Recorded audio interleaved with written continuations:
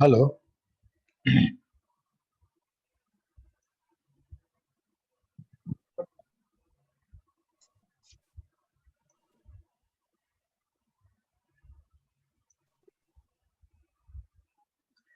Good morning. Good morning sir. Good morning sir. Good morning. Let start हुआ sir class? हाँ, college अभी खुला ही है और कल से हम लोग कॉलेज आके क्लास ले रहे हैं। कल भी लेट हो गया था।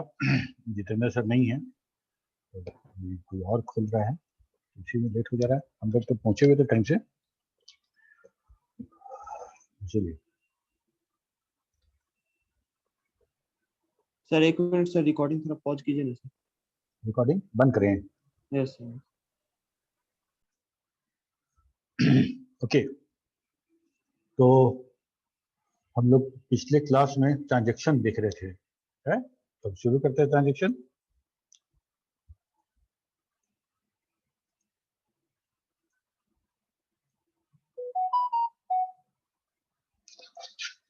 ट्रांजैक्शन क्या है, कोई एक्सप्लेन करो।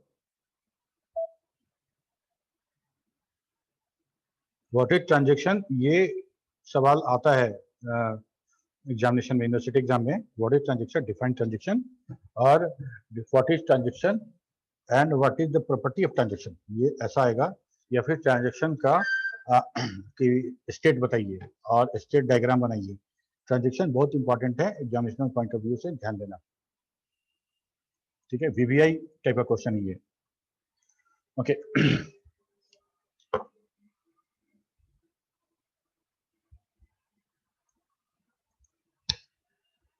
तो transaction refers to a statement, a group of statement, a set of statement। जैसे हम प्रोग्राम के बारे में बात करते हैं वैसे ही। तो transaction refers to collection of operation that performs a single logical unit of work। एक काम को करने के लिए मल्टीपल हमारे पास ऑपरेशन होंगे, मल्टीपल इंस्ट्रक्शन होंगे। जैसे एक ट्रांजैक्शन हम लोग समझे थे कि ए अकाउंट से बी अकाउंट में 1000 रुपया ट्रांसफर हो रहा था, उसके लिए इतने इतने ऑपरेशन परफॉर्म करने पड़े थे, तब जाके एक काम हुआ था। एक काम कौन सा बोलते हैं ना, single logical unit of work. एक काम क्या था कि भाई अकाउंट ए से अकाउंट बी में ट्रांसफर करना था। उस ट्रांसफर करने के लिए मल्टीपल इंस्ट्रक्शन लिखने पड़े, मल्टीपल ऑपरेशन लिखना पड़ा, तब जाके ये काम हुआ। That is called transaction. ठीक है, क्या क्या स्टेट हम लोग देखे। एक्टिव स्टेट, जिसमें ट्रांजेक्शन रन होता रहेगा, that is the active state, मतलब वो एग्जीक्यूशन में है। पार्शियली कमिटेड मतलब कि हम लोकल मशीन में उसका वैल्यू चेंज कर चुके हैं, जोड़ घटा गुना भाग। जैसे यहाँ पे ये कहाँ से पढ़ के लाए, ये सर्वर से पढ़ के लाए, डेटाबेस से पढ़ के लाए। और पढ़ के कहाँ लाए, तो हम अपने, क्योंकि मेरा जो क्लाइंट सिस्टम यहाँ पे है, या फिर बोलो कि जो सॉफ्टवेयर रन कर रहा है वो यहाँ पे है, तो हम वहां से रीड करके यहाँ लाए। अभी हमारे मेमोरी में है, रैम में है, और हम यहाँ ऑपरेशन कर रहे हैं, तो ए का वैल्यू चेंज कर दिए। यही है हमारा पार्शियली कमिटेड। पार्शियली कमिट हो गया क्योंकि ए का वैल्यू जो था उसको हम चेंज कर दिए। ठीक है, ये पार्शियली कमिटेड है। पार्शियली कमिटेड के बाद अगर फेल्ड हो जाता है तो हम बोलेंगे कि फेल हो गया और अबॉर्ट कर जाएंगे। ठीक है, अबॉर्ट करने के बाद हम सब का सब जितना हो गया रोल बैक कर लेंगे। जितना जितना काम हो चुका था आधा अधूरा, तो सबको हम लोग अंडू करेंगे। अंडू मतलब जो जो जैसे से हुआ था उसका ठीक रिवर्स करेंगे। और अगर सक्सेसफुली खत्म हो जाता है, मेरा सक्सेसफुली हो जाता है, तो फाइनली वो ट्रांजेक्शन टर्मिनेट कहलाएगा। टर्मिनेट मतलब जितने स्टेटमेंट थे सारा स्टेटमेंट एग्जीक्यूट हो गया, सारा स्टेटमेंट एग्जीक्यूट हो गया तो टर्मिनेट हो गया। ठीक है, और कमिटेड, कमिटेड मतलब कि इस ए को, इस मॉडिफाइड ए और बी को हम डेटाबेस में वापस अपडेट करना चाहते हैं। डेटाबेस में अपडेट करना ही मेरा फाइनल ट्रांजेक्शन होगा। अगर डेटाबेस में अपडेट नहीं हो पाया, उसके पहले अगर कुछ मेरा गड़बड़ हुआ, तो क्या होगा कि सारा का सारा जितना ट्रांजेक्शन हुआ था, सारा जो ए और बी का ट्रांसफर हुआ था, सब इसी सिस्टम में रह गया। आई सिस्टम डाउन हो गया, वहां पहले वाला मिलेगा। ठीक है, तो ये हम लोग देखे थे, और ये हमारा इसका डायग्राम है। ये डायग्राम भी पूछा जाएगा। ओके, अब हम बात करते हैं कि ट्रांजेक्शन का क्या प्रॉपर्टी है। ट्रांजेक्शन का क्या प्रॉपर्टी है, तो उस प्रॉपर्टी को, ट्रांजेक्शन के 4 प्रॉपर्टी हैं: atomicity, consistency, isolation and durability. और सबका पहला पहला अगर कैरेक्टर जोड़ोगे तो एक एब्रिविएशन बनता है एसिड। ठीक है। एसिड प्रॉपर्टी बहुत फ्रिक्वेंटली हम लोग बोलते हैं कि acid property of the transaction, define acid property of the transaction, what is acid property, define transaction, also define the acid property of the transaction, ऐसा सवाल आएगा। ठीक है, हम लोग समझते हैं कि एसिड प्रॉपर्टी क्या है। एटॉमिसिटी के बारे में हम लोग कई बार बात कर चुके हैं। एटॉमिक मतलब एक एटम, जब तक हमको ये नहीं पता था कि एक एटम को भी ब्रेक कर सकते हैं, तब तक हमको लगता था कि एटम जो है वो सबसे छोटा पार्ट है, सबसे छोटा पार्ट है। तो हम ये कह रहे हैं कि हमारा पूरा का पूरा स्टेटमेंट, पूरा का पूरा ट्रांजेक्शन T1 एक ऐसा ट्रांजेक्शन है जो एटॉमिक है, जो एटॉमिक है, उसको हम फर्दर डिवाइड नहीं कर सकते हैं। तो एटॉमिसिटी कहने का मतलब कि पूरा ट्रांजेक्शन एक यूनिट है, जब भी एग्जीक्यूट होगा तो पूरा यूनिट एग्जीक्यूट होगा, हाफ एग्जीक्यूशन नहीं होगा। हाफ एग्जीक्यूशन होता है, हाफ मतलब आधा के बाद ब्रेक हो जाना, टू क्रैश कर जाना, सिस्टम ऑफ हो जाना, एक्सेट्रा एक्सेट्रा।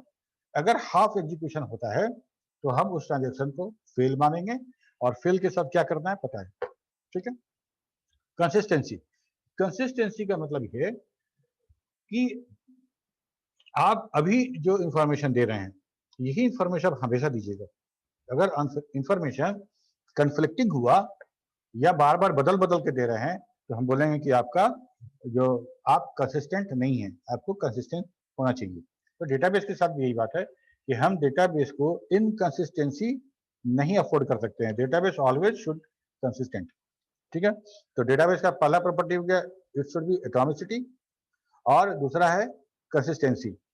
आइसोलेशन, आइसोलेशन में देखते हैं कि अगर दो ट्रांजेक्शन T1 और T2 एक साथ एग्जीक्यूशन में है तो दोनों ट्रांजेक्शन एक दूसरे से एकदम आइसोलेट होगा, एकदम आइसोलेशन में होगा। अगर T1 को ये नहीं पता होगा कि एक और ट्रांजेक्शन T2 चल रहा है।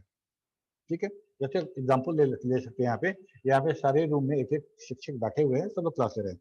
तो मेरा क्लास जो है और सामने अदनान सरकार की क्लास है, दोनों एकदम आइसोलेटेड है। ठीक है। उनका क्लास को मेरे क्लास से लेना देना नहीं है, मेरे क्लास के उनको लेना देना नहीं है। ठीक उसी तरह से एक से ज्यादा जब ट्रांजेक्शन सिस्टम में होंगे तो दोनों एकदम आइसोलेटेड होंगे, एक ट्रांजेक्शन को दूसरे ट्रांजेक्शन में कोई मतलब नहीं होगा। अगर T1 फेल होता है तो T2 को उससे कोई प्रभाव नहीं पड़ेगा, और T2 फेल होता है तो T1 को उससे प्रभाव नहीं पड़ेगा। समझ में आ रही बात? Yes sir. गुड। ड्यूरेबिलिटी, किसी चीज के ड्यूरेबल होने का क्या मतलब? टिकाऊ, टिकाऊ, है ना, टिकाऊ। तो एसिड प्रॉपर्टी ये कहता है कि अगर फाइनल कमिट हो गया, फाइनल कमिट हो गया तो हमारा वो इंफॉर्मेशन जो अभी कमिट हुआ है अब वो रोल बैक नहीं होगा। पहला कंडीशन तो ये है कि फाइनल कमिट के बाद रोल बैक नहीं कर सकते हैं। ऐसा नहीं कि अब तुमको ट्रांसफर कर दिए और ट्रांसफर करने के बाद तुमसे कुछ खटपट हो गया तो हम ट्रांजेक्शन वापस कर देंगे, तो वो जो पैसा तुमको ट्रांसफर किए थे वापस हमको आ जाए, ऐसा नहीं होगा। एक बार कमिट हो गया, डेटाबेस में अपडेट कर दिए, तब उसको वापस मेरे अकाउंट में आने के लिए फिर दूसरा ट्रांजेक्शन रन कराना पड़ेगा। पहला बात तो ये हो गया। दूसरा बात, ड्यूरेबिलिटी ये भी कहता है कि जो इंफॉर्मेशन चेंज हुआ है, जो कमिट होने के बाद, तो वो data always it should persistent, वो अवेलेबल रहना चाहिए हमेशा, डिस्पाइट ऑफ एनी फेलियर और एनी सिस्टम क्रैश और एनीथिंग। ठीक है, जो हो जाए, कुछ भी हो, लेकिन हमको फाइनल कमिट के बाद जो इंफॉर्मेशन है वो ड्यूरेबल होना चाहिए, वही हमको मिलना चाहिए हमेशा। ये चार प्रॉपर्टी है, चारों प्रॉपर्टी को एक एक करके समझते हैं। Atomicity, atomicity, a transaction is of atomic nature. It means either all of the operation of a transaction are executed or none are executed. या तो सब execute होगा या तो कोई execute नहीं होगा। If a transaction is partially done or committed and a failure occurred before final commit, the database will be in a inconsistent state. ठीक है, कहने का मतलब क्या? मेरे अकाउंट में 5,000 रुपया था, तुम्हारे अकाउंट में भी 5,000 रुपया था, 1,000 हमको ट्रांसफर करना था, तो मेरे में से 1,000 निकलेगा तो मेरा हो जाएगा 4,000, तुम्हारा हो जाएगा 6,000। लेकिन क्या होगा जब अगर मेरे अकाउंट से 1,000 रुपया निकल जाए और तुम्हारे अकाउंट में जाने ही वाला था तो मेरा सिस्टम बंद हो जाए। ठीक है, तो क्या होगा कि मेरे ट्रांजेक्शन के पहले दोनों ए और बी का अकाउंट का सम था 10,000 और ट्रांजेक्शन खत्म होने के बाद दोनों का सम है 9,000। ठीक है, तो 1000 रुपया मिसिंग है। 1000 रुपया कहाँ गया? इसी को बोलते हैं कि वो अगर ऐसा होगा तो हमारा डेटाबेस इनकंसिस्टेंट हो जाएगा। ठीक है, तो हम लोग क्या कह रहे हैं कि अगर if transaction is partially done और committed and a failure occurred before final commit, then database will be in the inconsistent state. To overcome this inconsistency, transaction management component roll back whole transaction to get in a real consistent state. तो क्या करेगा? इस inconsistency से को overcome करने के लिए हमारे DBMS में एक ट्रांजेक्शन मैनेजमेंट कंपोनेंट लगा हुआ है। ट्रांजेक्शन मैनेजमेंट कंपोनेंट लगाया गया है जो इस बात का ध्यान रखता है कि ये ट्रांजेक्शन के पहले क्या स्टेट था और ट्रांजेक्शन के बाद हमारा क्या स्टेट है। अगर दोनों कंसिस्टेंट है तब तो ठीक है, अगर कंसिस्टेंट नहीं है इसका मतलब जो T1 एग्जीक्यूट किया है वो कुछ गड़बड़ किया है, इसलिए अब पहले वाला स्टेट 1 पे इसको लेके आना है, इसको स्टेट 1 पे लेके आना है। तो क्या करना पड़ेगा? तो जो काम किए थे इसको बैक करना पड़ेगा, उसको रोल बैक करना पड़ेगा। ठीक है, तो डेटाबेस 1 पहले इनकंसिस्टेंट स्टेट, पहले कंसिस्टेंट था, अच्छे सही तरीके का था, सच बोल रहा था, अच्छा इंफॉर्मेशन दे रहा था, करेक्ट इंफॉर्मेशन दे रहा था। T1 एग्जीक्यूट हुआ तो ये डेटाबेस इस स्टेट में आ गया, डेटाबेस स्टेट 2, और ये इनकंसिस्टेंट है। तो क्या होगा कि हम बोलेंगे कि वो T1 was not executed completely, ये हमारा बीच में फेल हो गया, हमको समझ में आ जाएगा। ठीक है, तो ये बात समझ में आ गया। इसमें होता क्या है कि जो ट्रांजैक्शन मैनेजमेंट कंपोनेंट है, जो दो अकाउंट में ट्रांजैक्शन हो रहा है उस दो का सम पहले T1 एग्जीक्यूशन के पहले और T1 एग्जीक्यूशन के बाद दोनों को कंपेयर करता है। दोनों अगर बराबर है तब बोलता है कि मेरा T1 एग्जीक्यूट ठीक ठाक किया, अगर दोनों बराबर नहीं है तो एग्जीक्यूशन फेल हो गया। क्लियर है आशीष, प्रियंका, वर्षा? Yes, sir. ठीक है, ये तो बात हो गया। कंसिस्टेंसी का मतलब क्या? कंसिस्टेंसी जैसे हम कहते हैं कि मान लो कि पहले सेमेस्टर में तुमको बड़ा अच्छा नंबर आया, फर्स्ट सेमेस्टर में तुमको बहुत अच्छा नंबर आया, सेकेंड सेमेस्टर में थोड़ा सा घट गया और तीसरे सेमेस्टर में तुम्हारा और घट गया, तो हम क्या बोलेंगे कि पहले सेमेस्टर में तुमको खूब शाबाशी दिए, बहुत बढ़िया, शाबाश, लेकिन ये तुम्हारा जो परफॉर्मेंस है वो कंसिस्टेंट नहीं है। ठीक है, पहले सेमेस्टर में तुम कुछ और किए परफॉर्मेंस, सेकेंड सेमेस्टर में कुछ और परफॉर्मेंस कर रहे हो। तो हम डेटाबेस के साथ ये चाहते हैं कि वो हर सेमेस्टर में एकदम बेस्ट परफॉर्मेंस दे। ठीक है, मतलब जो इन्फॉर्मेशन, जो करेक्ट इन्फॉर्मेशन चाहिए वो हमेशा करेक्ट इन्फॉर्मेशन चाहिए, वो कन्फ्लिक्टिंग इन्फॉर्मेशन नहीं चाहिए हमको, अभी कुछ और कल कुछ, ऐसा इन्फॉर्मेशन हमको नहीं चाहिए। इसी को बोलते हैं कि कंसिस्टेंसी मेंटेन करना डेटाबेस का एक प्रॉपर्टी है और बहुत इंपॉर्टेंट प्रॉपर्टी है। तो database should be consistent all the time. It is simply evaluated by the comparing value before the transaction and after the transaction. If any consistency found,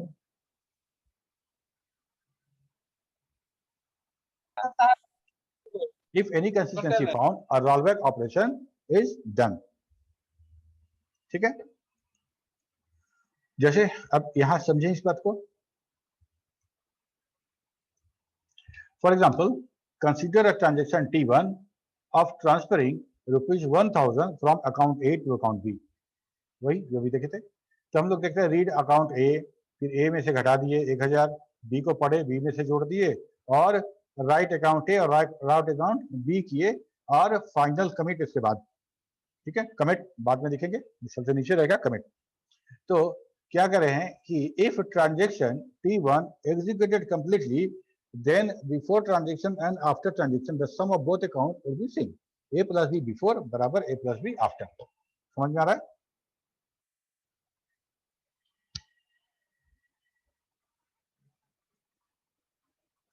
समझ clear है? Sir फिर से बताइए। A plus B after समझ नहीं आता। हाँ, क्या बोले प्रिंस? एग्जांपल फिर से समझाइए। हाँ ठीक है, जैसे मान लो मेरे अकाउंट में 5000 था, कितना था 5, तुम्हारे अकाउंट में 5 था। ठीक, तो हम T1 एग्जीक्यूशन के पहले दोनों को जोड़ दिए। The balance of account A account B added और ये हम रख लिए, ये हम एक वेरिएबल में रख लिए कि भाई ट्रांजेक्शन के पहले दोनों अकाउंट का बैलेंस था 10,000 रुपये था, ठीक है, और ट्रांजेक्शन के बाद तो मेरा 4,000 हो गया, तुम्हारा 6,000 हो गया, तो बैलेंस कितना हुआ? 10,000 हुआ। पहले भी 10,000 था और बाद में भी 10,000 है। अगर दोनों बराबर है इसका मतलब ट्रांजेक्शन बढ़िया हुआ है। अगर ऐसा होता है कि दोनों का सम बिफोर और आफ्टर सम बराबर नहीं होता है, तब हम कहेंगे कि ट्रांजेक्शन फेल हो गया मेरा। वो कब, किस हालत में होगा?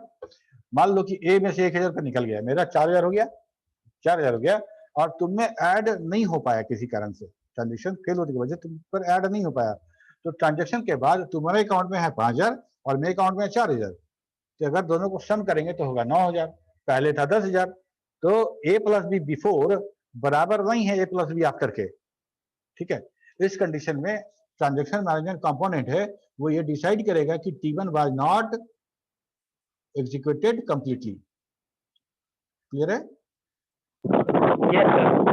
ठीक है, तो इस तरह से ट्रांजेक्शन मैनेजमेंट, क्योंकि वो कोई इंसान तो है नहीं, सॉफ्टवेयर है, वो कहीं ना कहीं प्रोग्राम, कुछ ना कुछ वेरिएबल, तो उसमें डेटा इसी से एनालाइज होगा, तो इस तरह से वो एनालाइज करता है कि वो ट्रांजेक्शन हमारा बीच में फेल हो गया है और इसको हमको रोल बैक करना है, ठीक है। उसके बाद है आइसोलेशन। आइसोलेशन का मतलब होता है, आइसोलेट होने का मतलब एकदम अलग अलग, एक चीज दूसरी चीज से एकदम अलग हो तो हम बोलते हैं कि एकदम आइसोलेट है। At any point of time, there may be many concurrent transactions in execution. Each transaction executes it in the isolation of other transaction. अब एक चीज बताओ, हमारे कंप्यूटर में बहुत सारा प्रोसेस चल रहा होगा, बहुत सारा प्रोसेस की बात नहीं करते हैं, बहुत सारा एप्लीकेशन रन कर रहा है, एमएस वर्ड भी रन कर रहा है, इधर इधर जूम रन कर रहा है, ठीक है, तो और भी मेरा अभी एंटीवायरस भी रन कर रहा है, तो सब अलग अलग मेमोरी एरिया में, सब अलग अलग मेमोरी एरिया में लोड हुआ है और वहां से एग्जीक्यूशन हो रहा है, तो क्या सब आइसोलेटेड नहीं है? आइसोलेटेड है सर, मतलब आइसोलेटेड है, टाइम स्लाइस अलग अलग है सबका। हाँ आइसोलेटेड है, सब सब अलग है। लेकिन अब प्रोसेस की बात करेंगे तो प्रोसेस मेरा आइसोलेटेड भी हो सकता है और कोऑपरेटिव भी हो सकता है ना। जैसा मान लो कि हम जब बात करते हैं लोड, जो फोर्किंग का बात करते हैं, जो एक जो हाई वेट प्रोसेस को जो लो वेट प्रोसेस में हम जब डिवाइड करते हैं तो वो हो जाता है, इसीलिए हम लोग प्रोसेस की बात नहीं कर रहे हैं। प्रोसेस हमारा आइसोलेटेड भी हो सकता है, इंडिपेंडेंट भी हो सकता है और कोऑपरेटिव भी हो सकता है, ठीक है, ओके। तो हम लेकिन एप्लीकेशन की बात करेंगे। एक एप्लीकेशन अगर हम रन करा रहे हैं वो अलग रन कर रहा है और मेरा ये अलग रन कर रहा है, जूम को नहीं पता है कि एमएस वर्ड रन कर रहा है और एमएस वर्ड को नहीं पता है कि जूम रन कर रहा है, ठीक है। ठीक वैसे ही अगर T1, T2, T3 एक साथ तीनों एग्जीक्यूशन में है, तीनों एग्जीक्यूशन में है, तो तीनों एकदम एप्लीकेशन की तरह तीनों आइसोलेटेड रहेगा, तीनों आइसोलेटेड रहेगा। ऑब्वियस सा बात है, लेकिन हम लोग जब प्रॉपर्टी पढ़ते हैं तो इसको ही पढ़ते हैं, okay. It means each transaction is unaware of other transaction executing concurrently a system. Ensuring the isolation property is the responsibility of concurrency control component. Concurrency को कंट्रोल करने के लिए जो कंपोनेंट दिया गया है वो उसका ही काम है कि सारे को आइसोलेटेड रखता।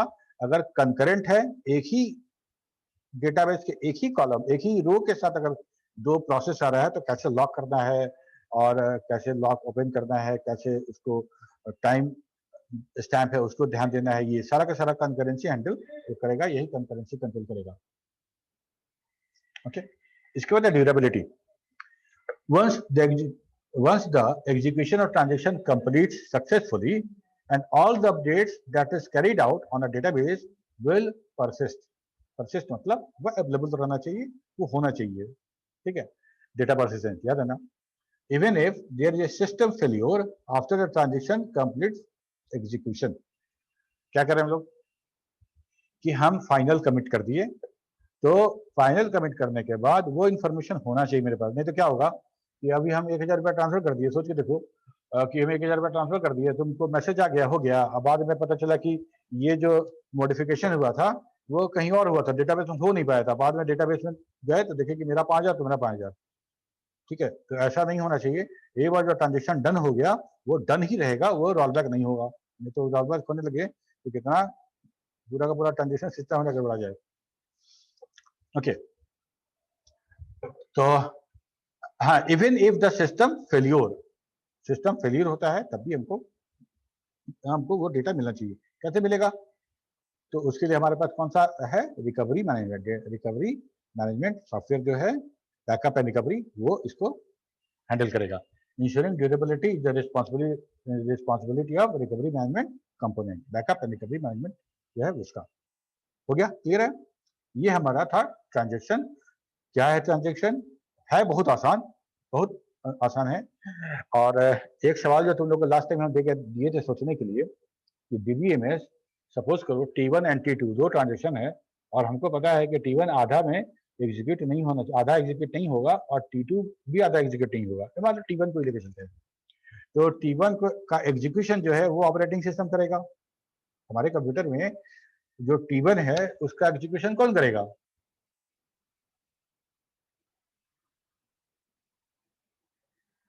कंफ्यूजन है?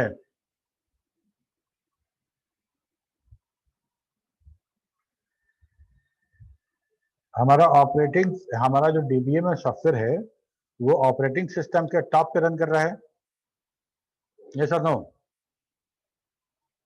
Yes sir. ठीक है।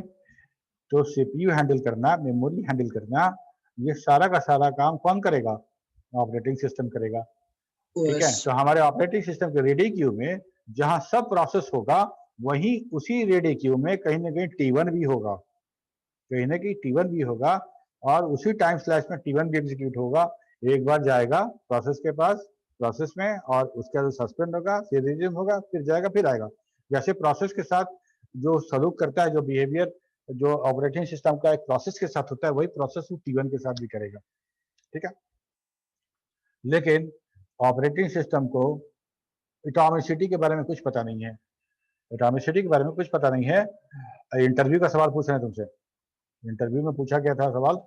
और कैसे, अब मान लो 5 लाइन के बाद, 8 लाइन था, 5 लाइन के बाद सीपीयू किसी कारण से उस T1 को टर्मिनेट कर दिया। तो सीपीयू तो अब उसको रोल बैक नहीं करेगा। सीपीयू को जो काम करना था कर दिया। सीपीयू का एटॉमिसिटी से मतलब नहीं है, जितना उसको समझ में आया उतना किया, और जितना के बाद अगर एरर आया तो टर्मिनेट हो गया। तो आधा अधूरा एग्जीक्यूशन हुआ।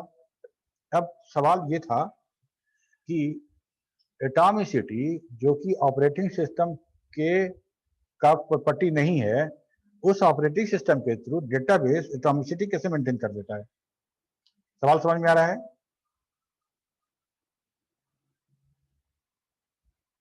मेरा सवाल समझ में आया? यही तो सर कल पूछे थे आप। यही पूछे थे, बोले थे सोचना, सोच के बताना। वही बोल रहे हैं कि तुम लोग को हम टास्क देखे गए थे पिछले क्लास में कि ये सोचना इस पे, तो सोचे कि नहीं सोचे, यही पूछ रहे हैं।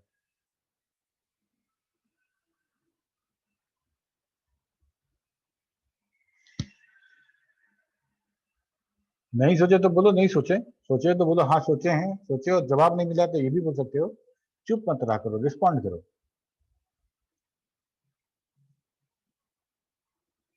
आशीष, प्रतीक, शुभम, आनंद। सर हम तो नहीं सोचे सर, पता नहीं बाकी का। ठीक है। ऑपरेटिंग सिस्टम अगर एटॉमिक होता, उसको एटॉमिसिटी समझ में आती, तब हमारा डेटाबेस में ट्रांजैक्शन मैनेजमेंट कंपोनेंट का आवश्यकता नहीं था। ट्रांजैक्शन मैनेजमेंट कंपोनेंट का आवश्यकता नहीं था। हम ये कह रहे हैं कि एग्जीक्यूशन के बाद तब ट्रांजैक्शन कंपोनेंट जो है मेरा, वो डिसाइड करेगा कि जो ट्रांजैक्शन अभी भी हुआ है, ऑपरेटिंग सिस्टम साहब जो किए हैं वो ठीक किए कि नहीं किए, जब चेक करते हैं। ठीक है। मान लो कि हमको कोई काम दिया गया और हम तुमसे करवा रहे हैं। हमको बताया गया कि भाई देखो ये काम है, T1 है, इसको करना है और ध्यान रखना ये एटॉमिक होना चाहिए, ये एटॉमिसिटी वाला बात है। बोले ठीक है, और हम दे दिए राजवल्लभ को कि इसको एग्जीक्यूट करो। राजवल्लभ को बोले देखो भाई ऐसा है कि एटॉमिक बात नेचर का ध्यान रखना। तो बोला राजवल्लभ बोला कि हमको एटॉमिक में समझ नहीं आता है, हम बिना एटॉमिक ये करेंगे। तो हम क्या करें? तो हम ठीक वही काम करेंगे जब तुमको हम होमवर्क देते हैं और तुम होमवर्क करके आते हो तो तुम्हारा कॉपी करेक्ट करते हैं, तुम ठीक किए हो कि नहीं किए हो। ठीक है। तो ट्रांजैक्शन मैनेजमेंट कंपोनेंट तुम्हारे काम के बाद उस काम को चेक करेगा कि whether it has happened correctly और नॉट। ठीक है, समझ में आ रही बात? ऑपरेटिंग सिस्टम को जैसे समझ में आएगा वैसे वो T1 को एग्जीक्यूट करा देगा, और उस एग्जीक्यूशन के बाद अब ट्रांजैक्शन मैनेजमेंट कंपोनेंट चेक करेगा कि ठीक से हुआ कि नहीं हुआ। जैसे हम कॉपी चेक करते हैं, तुम्हारा चेक करेगा, देखेगा नहीं गड़बड़ है, यहाँ गलती है, तो क्या करेंगे कि अब रोल बैक होगा। रोल बैक कैसे करेंगे कि हमारे पास ट्रांजैक्शन लिखा हुआ है और हमको पता है कि पूरा का पूरा ये ट्रांजैक्शन जो काम किया है इस ट्रांजैक्शन के पहले वाला स्टेट में इसको लेके आना है। तो पहले वाला स्टेट को तो हम कॉपी करके रखे हुए हैं, ठीक है, वही स्टेट में इसको लेके आना है। तो उस स्टेट पे लाने के लिए जो जो जोड़ घटाव करना पड़ेगा वो सारा जोड़ घटाव करेंगे, ठीक है, और इस स्टेट पे लेके चले आएंगे। समझ में आया? Yes sir. ठीक है, तो ये हमारा ट्रांजैक्शन खत्म हुआ।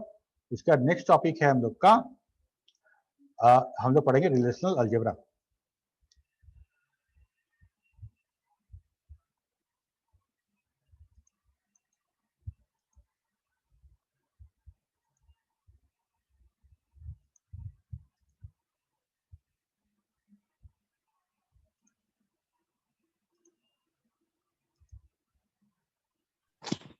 सर यहाँ तक मैं 2 PDF हो गया है, उसको सेंड कर दीजिएगा।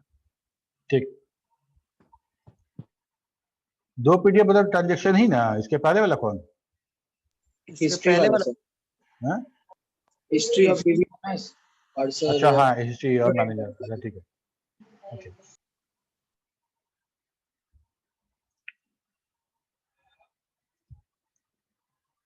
चूंकि हमको पता है कि हमारा जो रिलेशनल डेटाबेस है वो मैथमेटिक्स को फॉलो करता है, मैथमेटिकल मॉडल पे बना है। तो जब जब ये बात आया कि हम किसी डेटाबेस से क्यूरी कैसे करेंगे, क्यूरी मतलब उसका एसक्यूएल पढ़े होगे तुम लोग, थोड़ा बहुत तो जानते ही होगे। तो हम जो क्यूरी करेंगे वो कैसे करेंगे, उसका कुछ डिजाइन होना चाहिए, उसका कुछ एक हमको तरीका पता हो कि कैसे करेंगे, क्या क्या ऑपरेशन उसमें होना चाहिए। ठीक है, तो सबसे पहले एसक्यूएल को फॉर्मुलेट करने के पहले, उसको बनाने के पहले अलजेब्रा और कैलकुलस 2 तरीके से उसको बनाया गया और बाद में उसको एसक्यूएल के रूप में कन्वर्ट कर दिया गया। ठीक है, तो हम अगर ध्यान से रिलेशनल अलजेब्रा और कैलकुलस देखेंगे तो हम जब एसक्यूएल पढ़ेंगे तो हमको सब कुछ बहुत अच्छा समझ में आएगा। ठीक है, तो समझो कि एक तरह से ये लॉजिक है उसके पीछे का, एसक्यूएल के पीछे का लॉजिक है रिलेशनल अलजेब्रा, बहुत इंपॉर्टेंट है। ठीक है,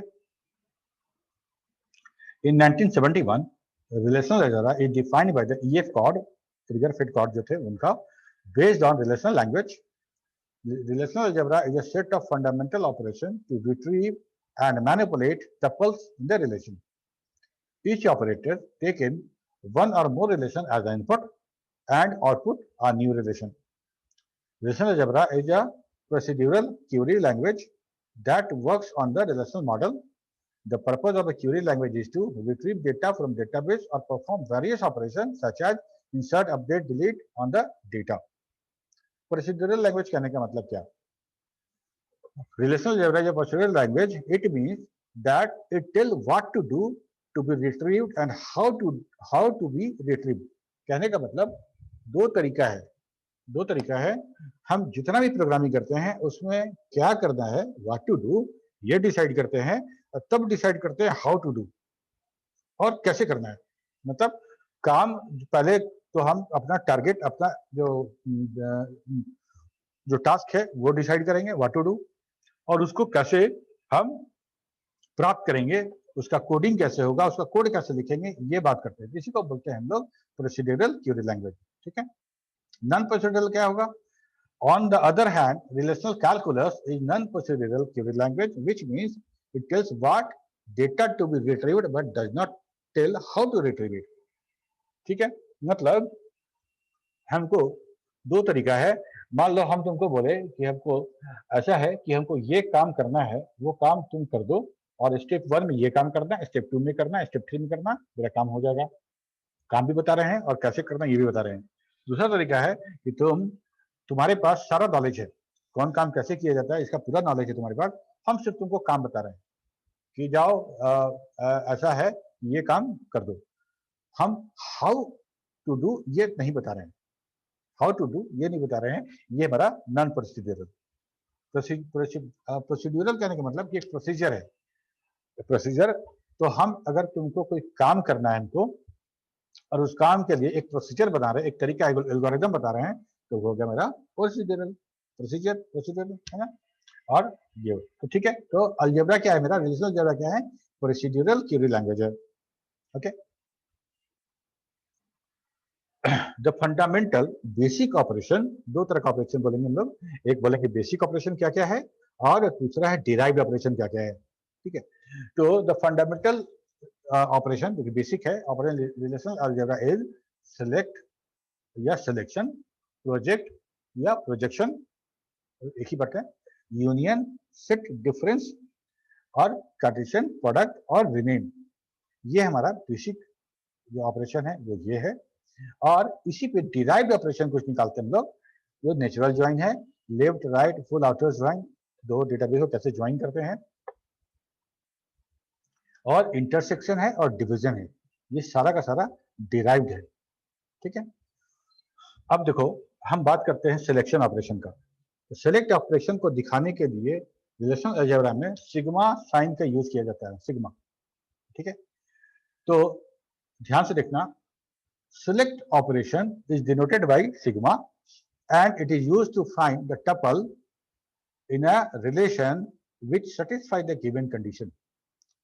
क्या सिंटेक्स है भाई, syntax of select operator sigma. तो सिग्मा लिखेंगे और कंडीशन लिखेंगे, सिग्मा उसके नीचे कंडीशन, जिस कंडीशन पे हमको रिकॉर्ड फेच करना है, और ब्रैकेट में टेबल का नाम, ब्रैकेट में टेबल का नाम। ठीक है। ये कंडीशन क्या हो सकता है, अगर थोड़ा सा भी एसक्यूएल का आइडिया है तो हम रेफर करेंगे। यस सर है, पढ़ रहे हैं एसक्यूएल हम लोग। तो कंडीशन में हम लोग वेयर क्लाउज यूज करते हैं ना एसक्यूएल में, वो एसक्यूएल में जो वेयर क्लाउज यूज करते हैं वही है सिलेक्शन, दैट इज सिलेक्शन। ठीक है। तो ये कंडीशन के बाद रिलेशन एंड तब टेबल नेम। ओके। इसको एक टेबल को एग्जांपल लेकर हम समझते हैं। एक टेबल है, customer ID, customer name, customer city, ये आईडी है, ये नेम है और ये सिटी है। ठीक है। और हम लिखते हैं कि सिग्मा कस्टमर सिटी बराबर आगरा। ठीक है। ये थोड़ा सा सब स्क्रिप्ट किया गया है, थोड़ा सा नीचे करके लिखा गया है। जैसे यहाँ कंडीशन देखा तो वो कंडीशन क्या, तो कंडीशन है मेरा कस्टमर सिटी बराबर आगरा और ब्रैकेट में टेबल का नाम, ब्रैकेट में टेबल का नाम, ये तरीका लिखने का सिग्मा। और यहाँ कंडीशन। लेकिन सर क्वेरी में तो सिग्मा नहीं देता है ना। हम क्यूरी की बात ही नहीं कर रहे हैं, हम लोग क्यूरी की बात नहीं कर रहे हैं, हम लोग अलजेब्रा की बात कर रहे हैं, रिलेशनल अलजेब्रा की बात कर रहे हैं। ये उसका एक डिजाइन इश्यू है। इसको ऐसे डिजाइन करने के बाद तब इस चीज को एक नॉन प्रोसीड्यूरल लैंग्वेज में ट्रांसफर कर दिया गया। ये प्रोसीड्यूरल है, वो नॉन प्रोसीड्यूरल है।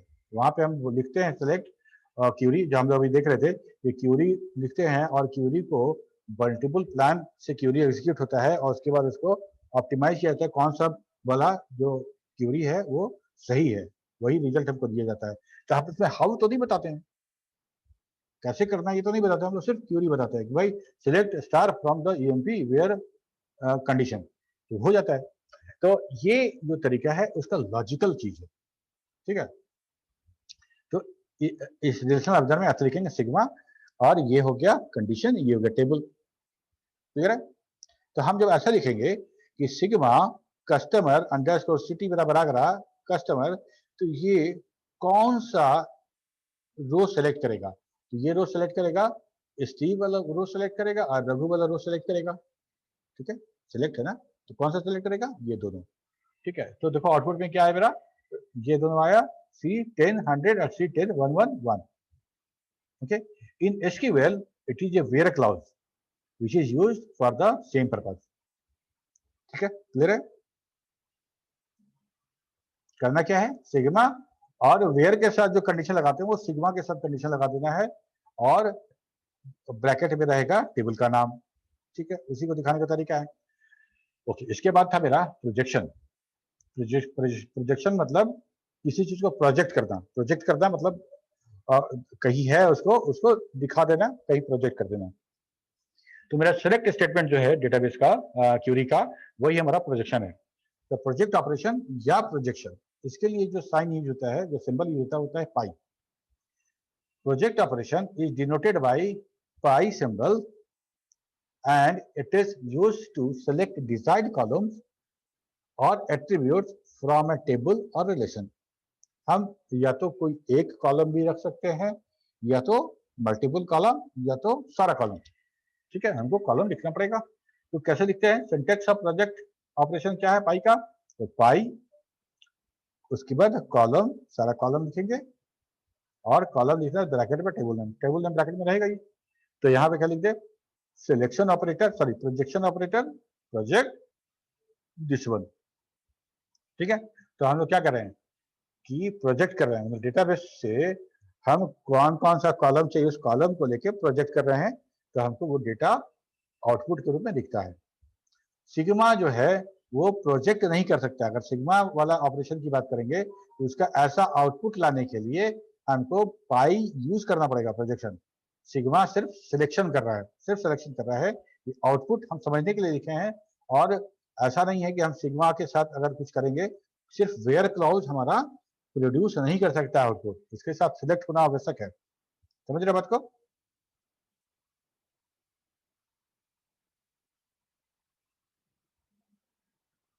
क्या हुआ, आवाज नहीं आ रहा मेरा? आ रहा है सर। ओके, तो हम लोग यहाँ लिखते हैं we can write one column as well as more than one column in the projection. ठीक है, एक कॉलम या मोर देन वन कॉलम ऐसा लिखेंगे। और जब कॉलम 1, कॉलम 2, कॉलम 3, इसको डेटाबेस से समझते हैं कि कैसे हमको आएगा।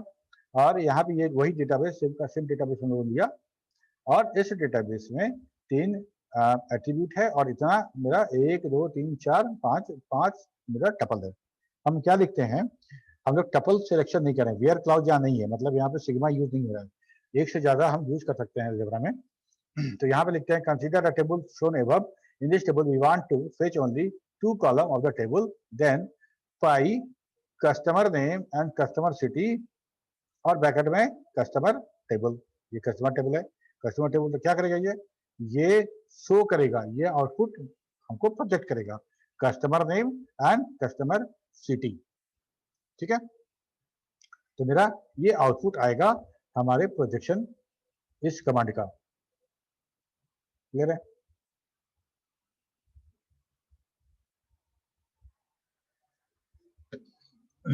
तुम लोग इतना लो एनर्जी में क्यों हो?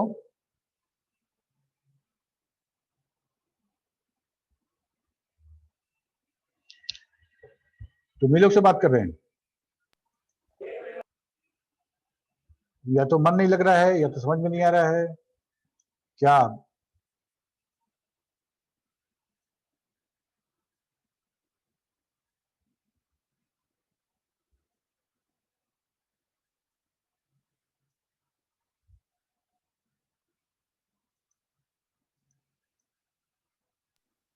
आ रहा है सर। इतना बोलने पे, इतना में तो जितना हम बोलते हैं उतना में तो बेहोश आदमी होश में आके बोलने लगेगा। तुम लोग ऑनलाइन खड़े हो, जवाब नहीं दे रहे हो, या फिर ऑनलाइन नहीं हो, मोबाइल रख के चले गए कहीं।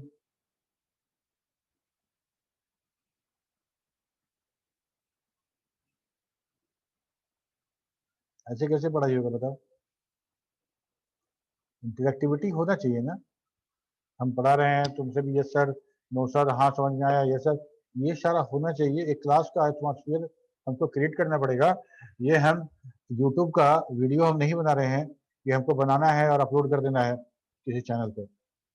ये क्लासरूम का पढ़ाई है, तुम वहाँ पे हो और हम यहाँ पे हैं।